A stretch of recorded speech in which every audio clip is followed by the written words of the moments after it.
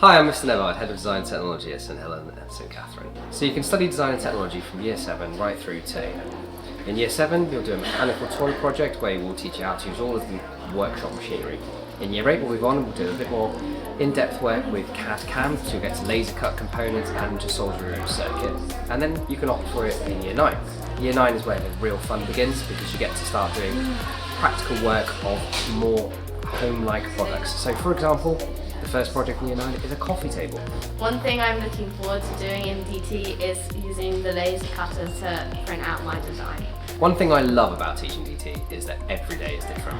Every student has different ideas, and the big challenge for me is trying to help them realise those potentials. So as we know, the STEM industry is dominated by men, but here at St Helen and St Catherine we are genuinely very proud that we have a thriving design and technology department. We have lots of classes in GCSE, which obviously can go on to A-level. One skill I've gained from DT is being able to use softwares like Tinkercad to make things on a 3D printer. So in Year 10 we'll start a 3D printing project, we'll then move on to a practice piece of coursework before starting your real coursework.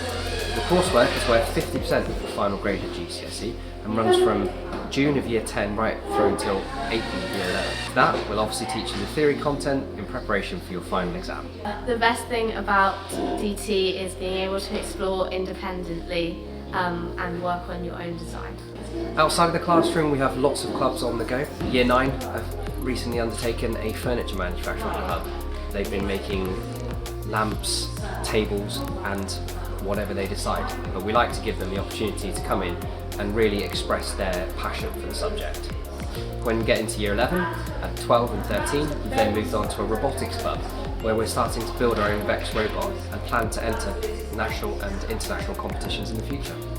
I often get asked, what does DT offer you? Well, to be honest, DT offers you everything. Everything that you've ever experienced or touched or built yourself has been designed by somebody. I really enjoyed DT so far, so I'm thinking of taking it for GCSE. That's sort of like the creative aspect and how we get so much freedom to pick what we want to do. And I've seen some GCSE or A-level projects from other students and it looked really, really cool and really, really fun.